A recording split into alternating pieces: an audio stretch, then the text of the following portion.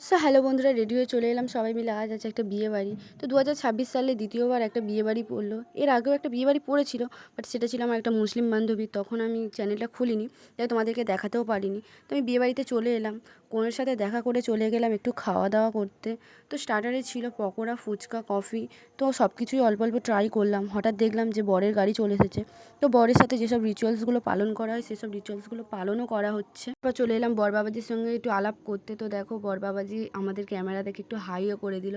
আর কোলওয়ারটা দেখো কত সুন্দর গোলুমলু, ও আমাদেরকে একটু হাই করে দিল ক্যামেরাতে। তারপর বর্মশাইয়ের সঙ্গে আলাপ করে আমরা চলে গেলাম মেন কোর্সের দিকে। তো মেন কোর্সে অনেক রকমই আইটেম করেছিল, তো তোমরা দেখে নাও, আমি আর বললাম না। তো তার মধ্যে অনেক কিছু স্কিপও করেছিলাম, যেমন সন্দেশ, মিষ্টি, আইসক্রিমটা নিয়েছিলাম, বাট তোমাদেরকে আর দেখাইনি ওটা।